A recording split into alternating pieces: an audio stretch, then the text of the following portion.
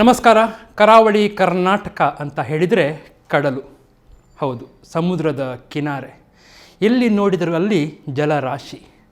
ಒಂದು ಸಮಯದಲ್ಲಿ ವೀರರಾಣಿ ಅಬ್ಬಕ್ಕ ತನ್ನ ಸೈನ್ಯವನ್ನು ತೆಗೆದುಕೊಂಡು ಪೋರ್ಚುಗೀಸರ ವಿರುದ್ಧ ಸಮರ ಸಾರಿದಂಥ ಒಂದು ಸ್ಥಳ ಅಥವಾ ಆ ಪ್ರದೇಶವೇ ಕಡಲ ತೀರದ ವಿಹಂಗಮ ನೋಟ ಅಥವಾ ದೋಣಿಯಲ್ಲಿ ಚಲಿಸುವಂಥ ಒಂದು ಪ್ರಯತ್ನವನ್ನು ಮಾಡುವುದಂತ ಹೇಳಿದರೆ ನಿಜಕ್ಕೂ ದೊಡ್ಡ ಸಾಹಸ.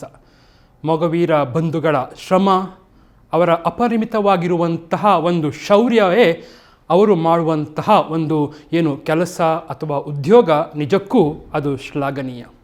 ಅಂತಹ ಒಂದು ದೋಣಿಯಲ್ಲಿ ಕುಳಿತುಕೊಂಡು ತಿರಂಗ ಯಾತ್ರೆಯನ್ನು ಮಾಡುವಂಥ ಕಲ್ಪನೆಯೇ ಸುಂದರ ಮತ್ತು ರೋಮಾಂಚನ. ಹಾಗಿರುವಾಗ ಆ ಕಡಲ ಕಿನಾರೆಯಲ್ಲಿ, ಆ ಸಮುದ್ರದಲ್ಲಿ ಹೇಗಿತ್ತು ತಿರಂಗ ಯಾತ್ರಾ? ಮಂಗಳೂರು ನಗರ ಉತ್ತರದ ಶಾಸಕರಾಗಿರುವಂಥ ಡಾಕ್ಟರ್ ಭರತ್ ಶೆಟ್ಟಿಯವರ ಒಂದು ಪರಿಕಲ್ಪನೆ ಇತ್ತು ಅಂಥೇಳಿ ಈ ಒಂದು ಸಂಚಿಕೆಯಲ್ಲಿ ನೋಡೋಣ.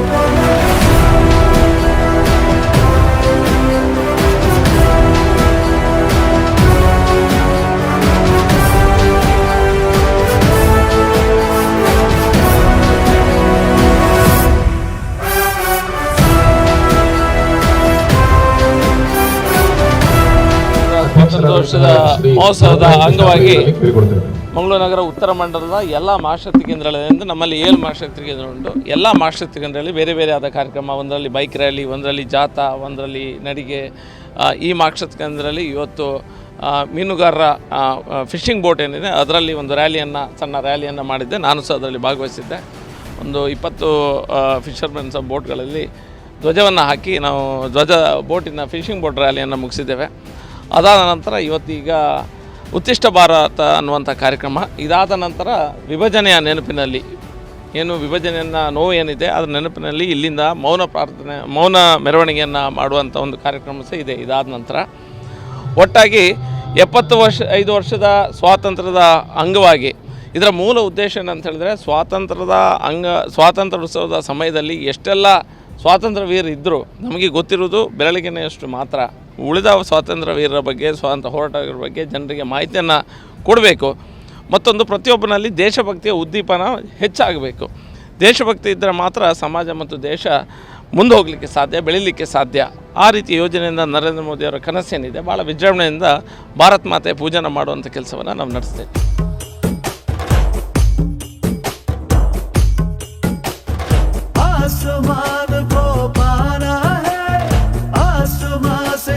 जाना है नए भारत की नई कहानी अब आसमां को सुनाना है।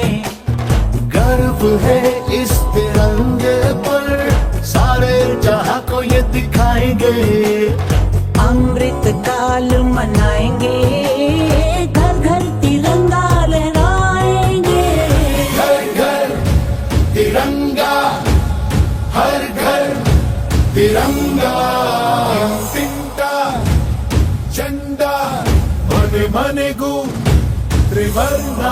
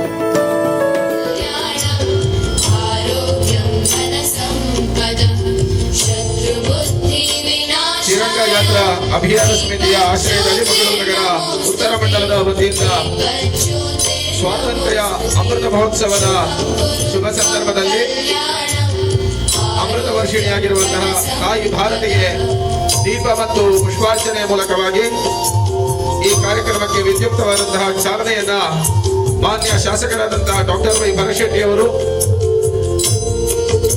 ಶ್ರೀ ಮಂಡಲಾಧ್ಯಕ್ಷರಾದಂತಹ ಶ್ರೀ ತಿಲಕ್ ಕೃಷ್ಣಾಪುರ ಮತ್ತು ಈ ಕಾರ್ಯಕ್ರಮವು ಉದ್ಘಾಟನೆಯು ನಡೀತಾ ಇದೆ.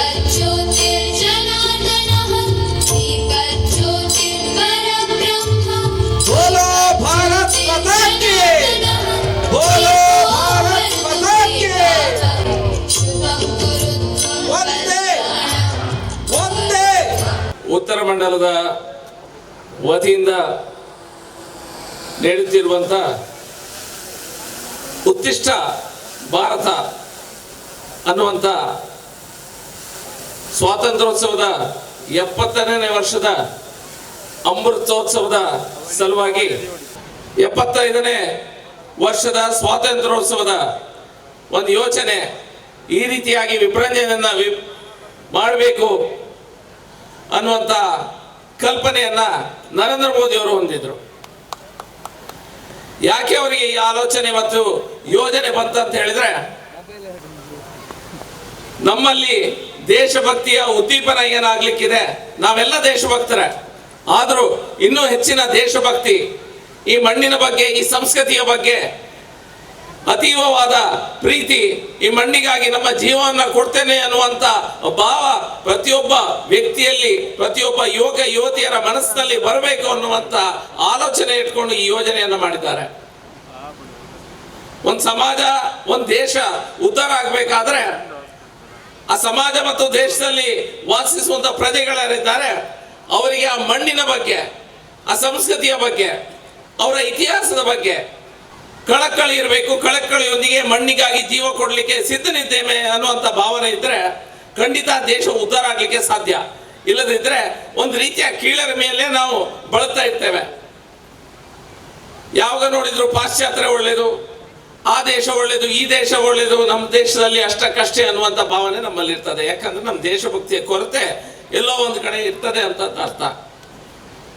ಕೆಲವು ದೇಶಗಳಲ್ಲಿ ಮಿಲಿಟರಿಯಲ್ಲಿ ಕಂಪಲ್ಸರಿಯಾಗಿ ನೀವು 18 ವರ್ಷ ಆದ್ಮೇಲೆ ಕೆಲಸ ಮಾಡಬೇಕು. ಯಾಕೆ ಈ ವ್ಯವಸ್ಥೆ ಅಂತ ಹೇಳಿದ್ರೆ, ಆ ಯುವಕರನ್ನ 18 ವರ್ಷದ ಯುವಕರು ಮಿಲಿಟರಿಯಲ್ಲಿ ಒಂದು 5 ವರ್ಷ 4 ವರ್ಷ ಕೆಲಸ ಮಾಡಿದ ನಂತರ ಅವ್ರ ಹತ್ರ ಹೋಗಿ ಹೇಳಿದ್ರೆ ದೇಶಕ್ಕಾಗಿ ಜೀವ ಕೊಡ್ಲಿಕ್ಕೆ ಅವ್ರು ಸಿದ್ಧರಿರ್ತಾರೆ. ನಂತರ ಸಾಮಾನ್ಯ ಸಾರ್ವಜನಿಕರ ಒಟ್ಟಿಗೆ ಸೇರ್ಕೊಂಡು ಜೀವನವನ್ನು ಮಾಡ್ತಾರೆ. ಹಾಗಾಗಿ ಒಂದು ದೇಶಭಕ್ತರ ಸಮೂಹ ಆ ದೇಶದಲ್ಲಿ ಇರ್ತದೆ, ಆ ದೇಶದ ಉನ್ನತಿ ಆಗ್ಲಿಕ್ಕೆ ಸಾಧ್ಯ. ಇದಕ್ಕೆ ಹತ್ತಿರವಾದ ಯೋಜನೆ ಅಗ್ನಿಪಥ್ ಯೋಜನೆ ಎನ್ನುವಂಥದ್ದನ್ನ ಮನಗಂಡಂತ ಪ್ರಧಾನಮಂತ್ರಿಗಳಾದಂಥ ನರೇಂದ್ರ ಮೋದಿ ಅವರ ಯೋಜನೆಯನ್ನ ನಮ್ಮ ಮುಂದಿಟ್ಟಿದ್ದಾರೆ. ಕಂಪಲ್ಸರಿ ಏನಿಲ್ಲ, ಆದ್ರೆ ಯಾರಿಗೆ ದೇಶ ಸೇವೆ ಮಾಡುವ ಆಸೆ ಇದೆ ಅವರಿಗೆ ನಾವು ದೇಶ ಸೇವೆ ಮಾಡುವಂತ ಅವಕಾಶ ನರೇಂದ್ರ ಮೋದಿ ಅವರು ಕಂಡುಕೊಟ್ಟಿದ್ದಾರೆ. ನಾವು ನೋಡ್ತೇನೆ ಇದ್ದೇವೆ, ಸಹಸ್ರಾರು ಸಂಖ್ಯೆಯಲ್ಲಿ ಯುವಕರು ಆ ಒಂದು ಯೋಜನೆಯಲ್ಲಿ ಸೇರ್ಕೊಳ್ತಾ ಇದ್ದಾರೆ. ಬಹುಶಃ ಬಹಳ ಅರ್ಥಪೂರ್ಣವಾದ ಕಾರ್ಯಕ್ರಮವನ್ನ ಆಯೋಜಕರು ನಾವೆಲ್ಲ ಸೇರಿ ಇಲ್ಲಿ ಮಾಡಿದ್ದೇವೆ ಅಂತ ಹೇಳಲಿಕ್ಕೆ ನನಗೆ ಹೆಮ್ಮೆ ಆಗ್ತದೆ. ಯಾಕಂತ ಹೇಳಿದ್ರೆ ಇದೇ ಸಮುದ್ರದಲ್ಲಿ ಮೊದಲ ಸ್ವಾತಂತ್ರ್ಯ ಹೋರಾಟಗಾರ್ತಿ ರಾಣಿ ಅಬ್ಬಕ್ಕ ನನ್ನ ವೀರ ಸೇನಾನಿಗಳಂದ ಮಗುವೀರನ್ನ ಹಿಡ್ಕೊಂಡು ಅಲ್ಲಿಂದಿಲ್ಲಕ್ಕೆ ಈ ಸಾಗರದ ಉದ್ದಕ್ಷ ಯುದ್ಧವನ್ನ ಮಾಡ್ತಾ ಪೋರ್ಚುಗೀಸರನ್ನ ಹಿಮ್ಮೆಟ್ಟಿದಂತ ಜಾಗ ಇದೆ ಅಂತ ಹೇಳಿದ್ರೆ ಖಂಡಿತ ತಪ್ಪಾಗ್ಲಿಕ್ಕಿಲ್ಲ. ನಮಗೆ ಹೆಮ್ಮೆಯ ವಿಷಯ. ನನಗೂ ಒಂದು ಅವಕಾಶ ಸಿಕ್ಕಿತ್ತು ಈ ಯುವಕರೊಂದಿಗೆ ಹೋಗ್ಲಿಕ್ಕೆ. ಈಗ ಸಮುದ್ರದಲ್ಲಿ ಅರ್ಧ ಗಂಟೆ ಇದ್ದೆ. ಹೇಳ್ತಾರೆ ಜೀವವೇ ಬಾಯಲ್ಲಿ ಬಂತಂತ ಹೇಳ್ತಾರೆ. ಆದ್ರೂ ಸಹ ಯುವಕರ ಗಟ್ಟಿತನ, ಆ ಯುವಕರ ಶಕ್ತಿಯನ್ನು ನೋಡಿದ್ರೆ ನಮ್ಗೆ ಗೊತ್ತಾಗ್ತದೆ. ಮೀನು ತಿನ್ನೋದು ಸುಲಭ, ಮೀನು ಹಿಡಿಲಿಕ್ಕೆ ನೀವು ಅರ್ಧ ಗಂಟೆಯಲ್ಲಿ ಸಮುದ್ರಕ್ಕೆ ಹೋಗಿ ಬನ್ನಿ, ನಿಮ್ಗೆ ಗೊತ್ತಾಗ್ತದೆ ಅದರ ಕಷ್ಟ ಅಂತ. ಏನೇ ಇರಲಿ, ರೈತರಷ್ಟೇ ಕೆಲಸ ಮಾಡ್ತಿರುವಂತ ಮತ್ತೊಬ್ರು ಯಾರಾದ್ರೂ ವೃಂದ ಇದ್ರೆ ಅದು ಖಂಡಿತ ಮೀನುಗಾರರು. ರಾಜ್ಯ ಅಧ್ಯಕ್ಷರು, ನಮ್ಮ ಜಿಲ್ಲೆಯ ಮಾನ್ಯ ಸಂಸದರು, ನಮ್ಮೆಲ್ಲರ ಮಾರ್ಗದರ್ಶಕರು ಆದಂತ ನಳಿನ್ ಕುಮಾರ್ ಕಟೀಲ್ ಅವರು ವೇದಿಕೆಗೆ ಆಗಮಿಸ್ತಾ ಇದ್ದಾರೆ. ಅವರನ್ನ ಎಲ್ಲರ ಪರವಾಗಿ, ಸಮಿತಿಯ ಪರವಾಗಿ ಸ್ವಾಗತವನ್ನ ಕೋರ್ತಾ ಇದ್ದೇನೆ.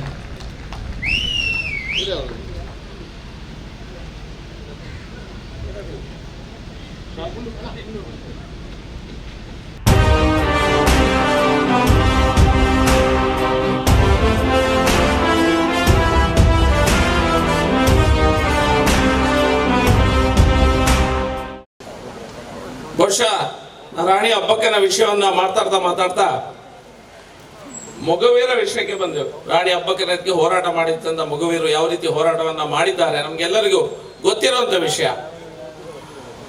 ಆದ್ರೆ ನಾವು ಮನಸ್ಬಿಕ್ಕಿ ಯೋಚನೆ ಮಾಡಬೇಕು, ನಮ್ಮ ಮಕ್ಕಳ ಹತ್ರ ನಮ್ಮನ್ನೇ ಕೇಳ್ಕೊಳ್ಬೇಕು. ಎಷ್ಟು ಸ್ವಾತಂತ್ರ್ಯ ಹೋರಾಟಗಾರ ಹೆಸರು ನಮ್ಮ ಬಾಯಲ್ಲಿ ಈಗ ಕೇಳಿದ್ರೆ ಎಷ್ಟು ಜನರ ಹೆಸರು ಬರ್ತದೆ ಅಂತ. 5 ಬರ್ಬೋದು, 8 ಬರ್ಬೋದು, ಮ್ಯಾಕ್ಸಿಮಮ್ 10, 12 ಬರ್ಬೋದು. ಕೆಲವರು ಓದಿದ್ರೆ 15 ಬರ್ಬೋದು.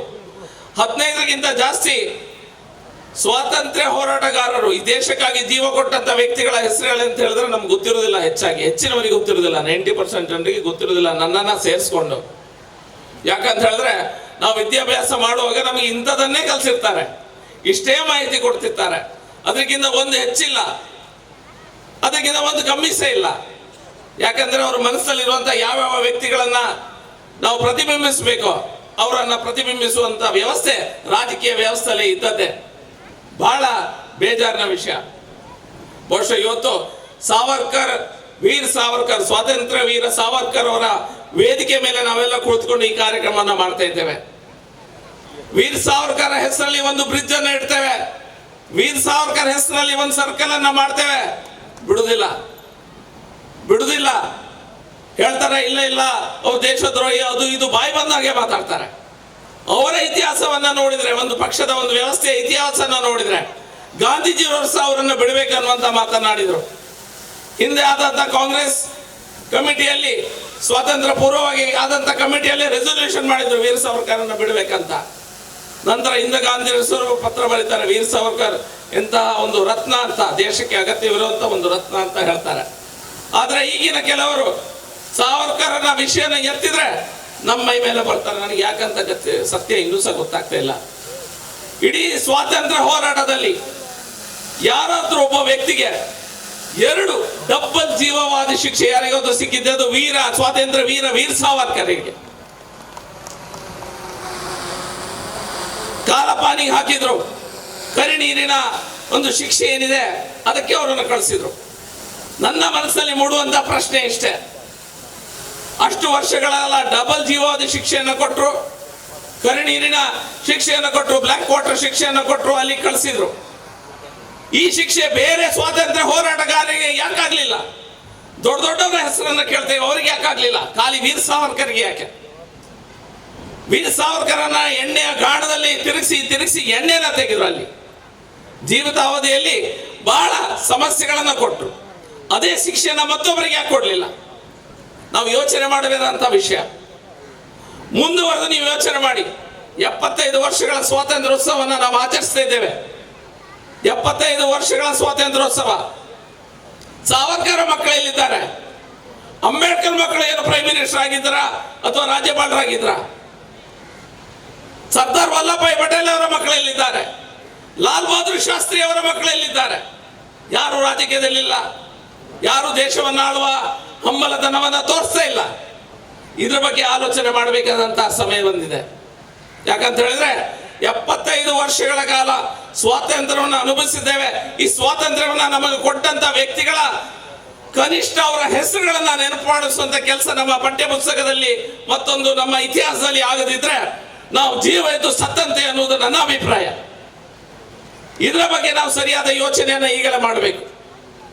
ಮೂಲ ಕಾರಣ ಏನಂತ ಹೇಳಿದ್ರೆ, ಎಲ್ಲೋ ಒಂದ್ ಕಡೆ ನಮ್ಮ ದೇಶದ ಮೇಲೆ ಪ್ರೀತಿ ಇರಬಾರ್ದು, ನಮ್ಮ ದೇಶದಲ್ಲಿ ಹೋರಾಟ ಮಾಡಿದ ವ್ಯಕ್ತಿಗಳ ಬಗ್ಗೆ ಸಂಪೂರ್ಣ ಪರಿಚಯ ಇರಬಾರ್ದು ಅನ್ನುವಂತ ಯೋಚನೆ ಇದ್ದಿರಬಹುದಾ ಏನೋ ನನಗಂತೂ ಗೊತ್ತಿಲ್ಲ.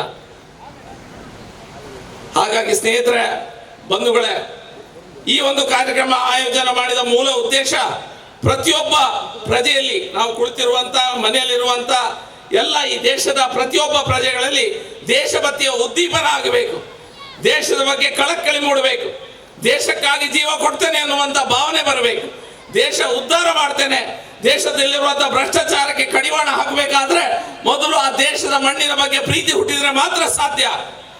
ಆ ರೀತಿಯ ವ್ಯವಸ್ಥೆಯನ್ನ ನಮ್ಮ ದೇಶದಲ್ಲಿ, ನಮ್ಮ ಸಮಾಜದಲ್ಲಿ ತಂದ್ರೆ ಮಾತ್ರ ದೇಶವನ್ನ, ಸಮಾಜವನ್ನ ಉದ್ಧಾರ ಮಾಡಲಿಕ್ಕೆ ಸಾಧ್ಯ ಅನ್ನುವಂತ ಆಲೋಚನೆಯನ್ನ ಇಟ್ಟುಕೊಂಡು ನರೇಂದ್ರ ಮೋದಿ ಅವರು ಈ ಕಾರ್ಯಕ್ರಮವನ್ನ ನಮ್ಮೆಲ್ಲ ಕಾರ್ಯಕರ್ತರಿಗೆ ಮಾತ್ರ ಅಲ್ಲ, ಸಂಘ ಸಂಸ್ಥೆಗಳು, ಪ್ರಜೆಗಳು, ಎಲ್ಲ ಪಕ್ಷಾತೀತವಾಗಿ ಎಲ್ಲ ಪಕ್ಷದವರು ಸಹ ಈ ಕಾರ್ಯಕ್ರಮನ ಮಾಡಬೇಕು ಅನ್ನುವಂತ ಮನವಿ ಮಾಡಿಕೊಂಡಾಗ ಸಹಸ್ರ ಸಂಖ್ಯೆಯಲ್ಲಿ ಮಂಗಳೂರು ನಗರ ಉತ್ತರ ಮಂಡಲದ ಪ್ರತಿಯೊಂದು ಮಹಾಶಕ್ತಿ ಕೇಂದ್ರದಲ್ಲಿ ಸಹ ಭರ್ಜರಿಯಾದ ಕಾರ್ಯಕ್ರಮಗಳನ್ನು ಮಾಡ್ತಾ ಇದ್ದಾರೆ.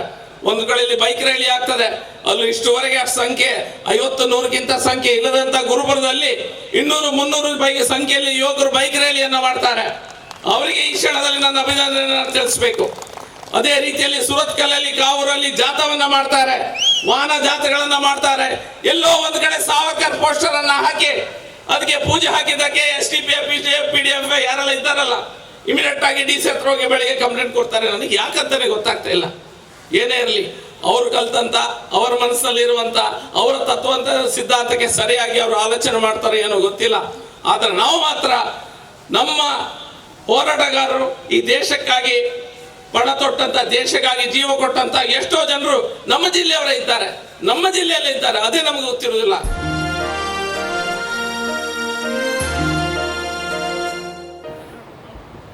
ಹಿಮಾಲಯಂ ಸಮಾರಭ್ಯ ಯಾವದಿಂದು ಸರೋವರಂ ತಂ ದೇವ ನಿರ್ಮಿತಂ ದೇಶಂ ಹಿಂದೂಸ್ಥಾನಂ ಪ್ರಚಕ್ಷತೆ ಅಂತ ಭಾರತದ ಬಗ್ಗೆ ಉಲ್ಲೇಖಗಳಿದ್ದಾವೆ.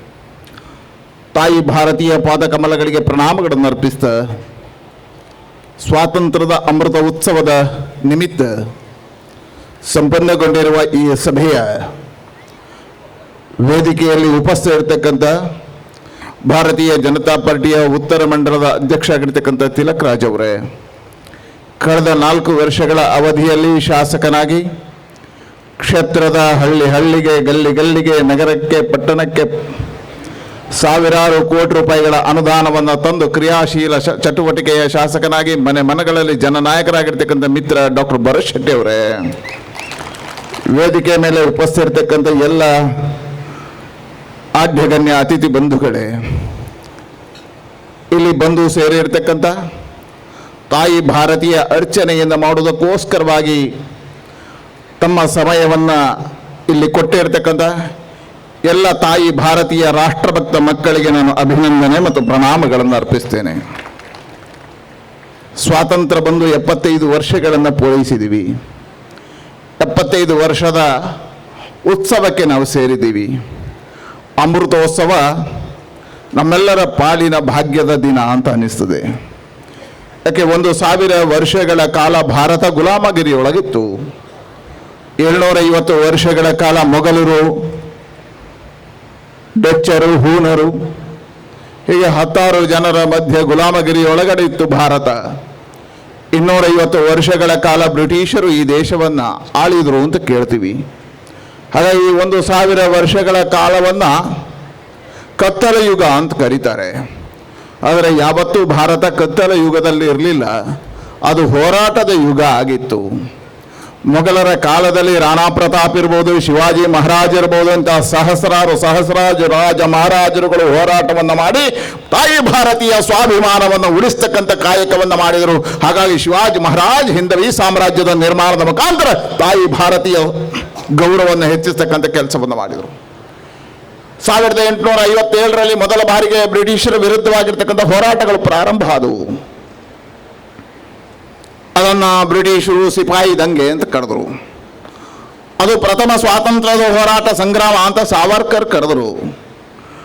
1857ರ ನಂತರ ಸ್ವಾತಂತ್ರ್ಯದ ಹೋರಾಟದ ಸಂಗ್ರಾಮಕ್ಕೆ ಕಿಚ್ಚು ಹಚ್ಚಿತು. ಮಂಗಲ್ ಪಾಂಡೆ ಅಂತ, ತಾತ್ಯಾ ಟೋಪೆ ಅಂತಹ, ಲಕ್ಷ್ಮೀಬಾಯಿ ಅಂತ ಹೋರಾಟಗಾರರು ಆ ಹೋರಾಟವನ್ನು ಕೈಗೆತ್ತಿಕೊಂಡ್ರು. ಆವತ್ತಿನಿಂದ ಈ ದೇಶದಲ್ಲಿ ಸ್ವಾತಂತ್ರ್ಯದ ಸಂಗ್ರಾಮಕ್ಕೆ 2 ರೀತಿಯ ಹೋರಾಟಗಳು ನಾಂದಿ ಆದವು.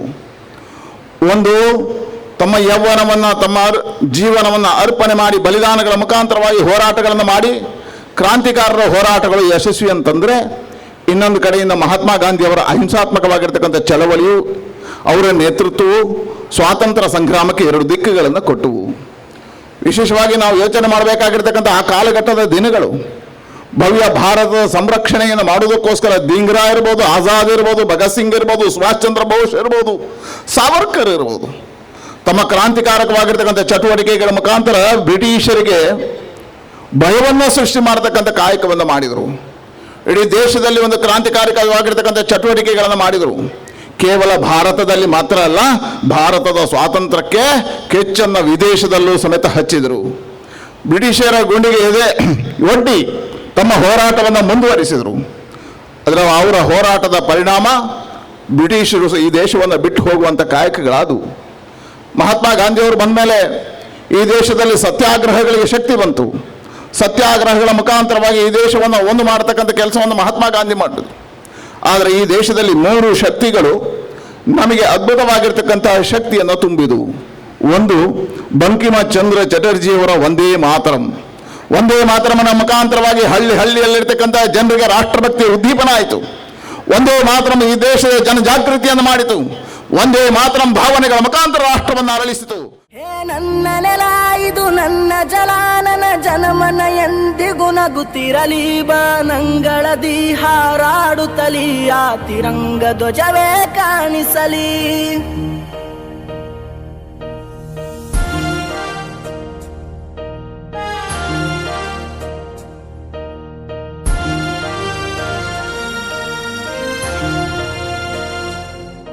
ಈ ಮಣ್ಣಲ್ಲೇ ಮರಳಿದರು, ಈ ದೇಹ ಅದು ಅಳಿಸಿದರು, ಈ ನೆಲಕ್ಕೆ ಏನನ್ನೂ ಅನದಿರು. ಆ ನದಿಯಲ್ಲಿ ಹರಿಯುವೆನ, ನಿನ್ ಎದೆಯಲ್ಲಿ ಬದುಕುವೆನ, ನನಗಾಗಿ ಎಂದೆಂದೂ ಅಳದಿರು.